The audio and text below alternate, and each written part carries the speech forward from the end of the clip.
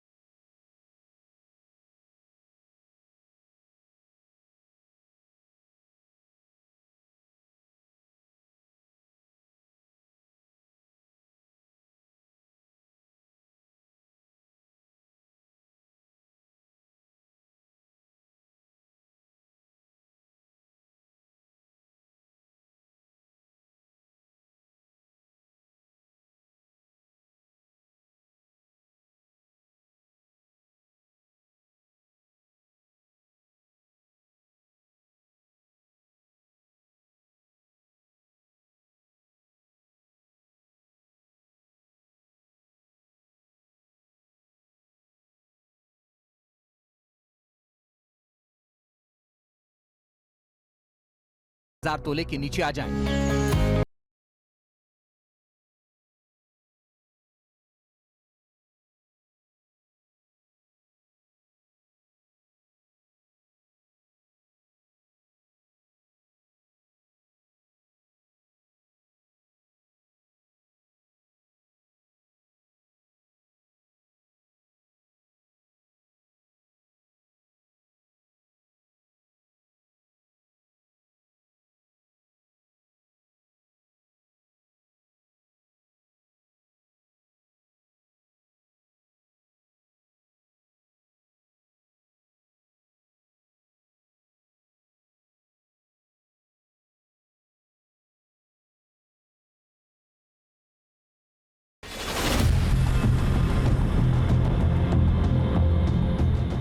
दरअसल सिंगरौली में सोने की तलाश के लिए 149 हेक्टेयर जमीन आरक्षित कर दी गई है।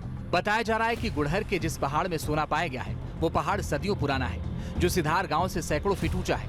हालांकि इस पहाड़ में ऊपर से देखने पर सफेद पत्थर दिखाई देते हैं, लेकिन उसकी खुदाई करने पर नीचे मिट्टी भी निकलती है और मिट्टी में छिपा है आंखों को चकाचौंध कर देने वाला बेशकीमती सोना।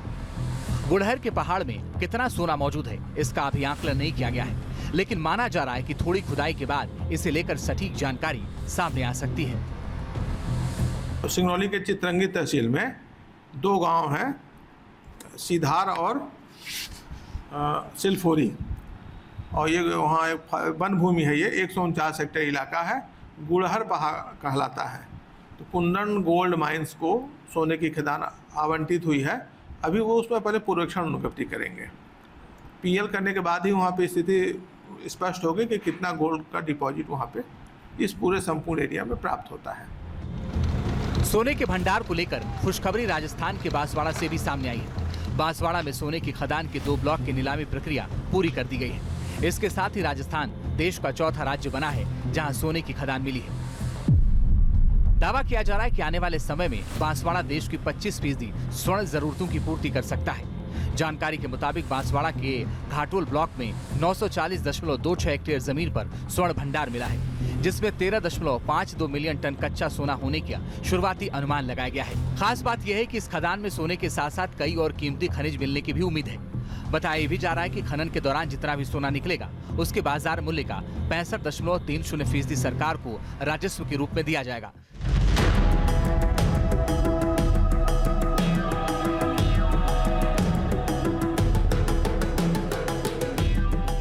मसलन अगर खदान से 100 रुपए का सोना निकला और उसको बेचा गया तो उसमें से 65 रुपए 30 पैसे सरकार को दिया जाएगा, जबकि बाकी सोना निकालने वाली कंपनी के पास रहेगा। इस खदान में लगभग 283 बिलियन भारतीय रुपए का सोना होने का अनुमान है। इस लिहाज से अंदाजा लगाना ज्यादा मुश्किल नहीं है कि भारत को फिर से सोने की चिड़िया बनाने में सोने की खदान कितना अहम भूमिका निभाने वाली है। देखिए, स्वर्ण खदान का ऑक्शन होना, यहाँ निकलना बहुत अच्छी बात है। हमें पूरा विश्वास है कि जब इसका ऑपरेशन चालू होगा तब न केवल यहाँ के मज़दूरों को, ट्रांसपोर्टर्स को, होटलियर्स को, जो यहाँ पर श्रमिक लगेंगे उनके लिए, बाहर से जो लोग आएंगे, यानी कुल मिला के बांसवाड़ा की संपूर्ण अर्थव्यवस्था इससे बहुत अच्छे से प्रभावित होगी, बहुत उन्नयन की दिशा में आगे बढ़ेगी। ये बात किसी से छिपी नहीं है कि जिस देश या परिवार के पास सोना ज्यादा होगा वो देश या परिवार उतना ही ज्यादा संपन्न माना जाएगा, क्योंकि मुश्किल वक्त में सोना ही वो कीमती धातु होती है जो आर्थिक हालात सुधारने का काम करती है। इस लिहाज से देश में सोने का बड़ा भंडार मिलना न केवल सोना सस्ता होने की उम्मीद जगाता है, बल्कि भारत सरकार के 5 ट्रिलियन इकोनॉमी वाले दावे को भी मजबूत करता है। वर्ल्ड गोल्ड काउंसिल यानी WGC के मुताबिक साल 2020 तक भारत में खान से सोने का उत्पादन महज 1.6 टन था, लेकिन आने वाले वक्त में बढ़कर 20 टन प्रतिवर्ष हो सकता है। वर्ल्ड गोल्ड काउंसिल ने भारत में स्वर्ण खनन नाम से एक रिपोर्ट लॉन्च की है, जिसमें साफ साफ कहा गया है कि भारत में सोने की एक समृद्ध विरासत है, लेकिन इस क्षेत्र में निवेश की कमी के कारण भारत को गोल्ड रिजर्व में इतना सोना नहीं आ पाया जितना आ सकता था। लेकिन भविष्य में अगर इस पर काम हुआ तो भारत का गोल्ड रिजर्व 9वें नंबर से बढ़कर टॉप 5 में आ सकता है। आपकी जानकारी के लिए बता दें कि गोल्ड रिजर्व के मामले में इस वक्त अमेरिका नंबर 1 पर है, जिसके पास 81,336.46 टन गोल्ड रिजर्व है। दूसरा नंबर जर्मनी का आता है, जिसके पास 3,352.65 टन स्वर्ण भंडार है। तीसरे नंबर पर छोटा देश इटली है, जिसके पास 2,451.84 टन सोने का भंडार मौजूद है, जबकि चौथे नंबर पर आने वाले फ्रांस के पास 2,436.88 टन सोने का भंडार है। 5वां नंबर भी यूरेशियन देश रूस का आता है, जो अपने स्वर्ण भंडार में 2,332.74 टन सोना रखा है। खास बात यह है कि दुनिया की दूसरी सबसे बड़ी इकोनॉमी मानने वाला चीन गोल्ड रिजर्व के मामले में 6ठे नंबर पर है, जिसके पास 2,191.53 टन सोने का भंडार है। अगर चीन से ही तुलना की जाए तो सोना रखने के मामले में 6ठे नंबर पर मौजूद चीन के पास जहां 2,191.53 टन सोना है, वहीं 9वें नंबर पर भारत के स्वर्ण भंडार में सिर्फ 800.78 टन सोने का रिजर्व है।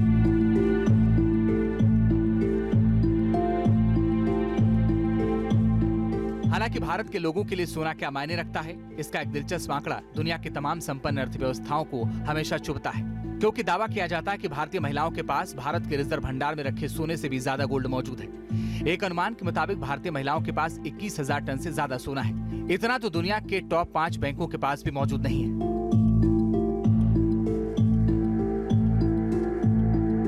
भारतीय महिलाओं के सोने में अगर भारतीय पुरुषों का सोना भी जोड़ दिया जाए तो भारतीय परिवारों के पास अनुमानित 25,000 टन से ज्यादा यानी 2,26,79,618 किलो सोना रखा हुआ है, जो भारतीय इकोनॉमी में लगातार निरंतरता बनाए रखा है।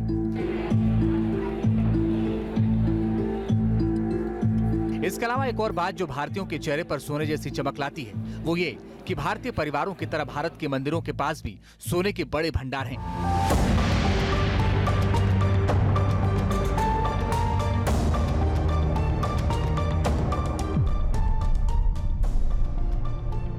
इसे इस तरह समझिए कि भारत सरकार के रिजर्व स्वर्ण भंडार में 800.78 टन सोने का रिजर्व है, जबकि पद्मनाभ स्वामी मंदिर, तिरुपति बालाजी मंदिर, जगन्नाथ मंदिर और वैष्णो देवी मंदिर जैसे मंदिरों में 4,000 टन सोना रखा है। यह आंकड़ा वर्ल्ड गोल्ड काउंसिल का है। हजारों सालों से गोल्ड ने एक ट्रस्ट अपने अंदर बनाए रखा है, लिक्विड है, सेफ है और किसी भी अर्थव्यवस्था के लिए जितना ज़्यादा गोल्ड रिजर्व होगा वो उस देश की अर्थव्यवस्था को मजबूत करता है। उदाहरण के लिए अभी भारत सरकार भी गोल्ड खरीद रही है, चाइना भी गोल्ड खरीद रहा है पूरे, और हम भी गोल्ड खरीद रहे हैं। हम लोग गोल्ड क्यों खरीदते हैं? क्योंकि एज ए इंडिविजुअल हमें एक सेंस ऑफ सोशल सिक्योरिटी देता है हम लोगों को। तो मेरे हिसाब से गोल्ड के प्रति ये दीवानगी नहीं है, ये समझदारी है, क्योंकि और कोई भी कमोडिटी जिसके ऊपर हम अपनी मुद्रा को, अपनी करेंसी को बेस कर सकते हैं, गोल्ड के अलावा और कुछ भी नहीं हो सकता। देखिए, अभी तक आपने सोने को लेकर जितने भी आंकड़े देखे या सुने, उसके बाद आपके मन में एक ही सवाल आ रहा होगा कि भारत के पास सोने की कोई कमी नहीं है, और अगर भारत के पास सोने की कमी नहीं है तो फिर सोना इतना महंगा क्यों बिक रहा है? क्योंकि इसके 1 लाख रुपए तोला होने की आशंका जताई जा रही है। तो इसे समझने के लिए आपको कुछ और आंकड़े जानने होंगे। दरअसल भारतीय परिवारों या मंदिरों के स्वर्ण भंडार में जो सोना मौजूद है वो एक तरह की सेविंग है, जो फिलहाल भारतीय इकोनॉमी का हिस्सा नहीं है।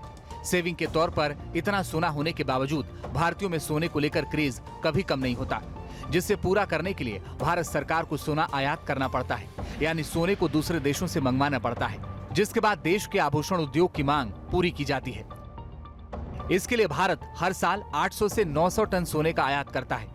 साल 2022-23 में भारत में सोने का आयात 35 अरब डॉलर का रहा था, जबकि साल 2023-24 में 30% बढ़कर 45.54 अरब डॉलर हो गया है। जानकारी के मुताबिक स्विट्जरलैंड दुनिया में सोने के आयात का सबसे बड़ा स्रोत है।